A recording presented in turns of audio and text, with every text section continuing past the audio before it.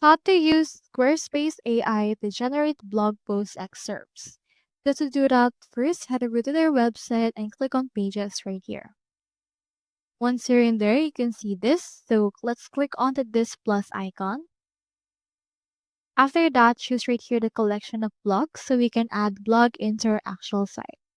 You can choose right here the layout of your blog that you want. On my case, I'll choose right here this one. Then after that, it will load for a bit and it will be added right here. Let's rename this right here. Now we have in here our blog. Next thing you need to do is to just choose right here what blog you want to generate a text excerpt. So let's choose the blog post title one. And we have in here this. So for example, let's click onto this edit option.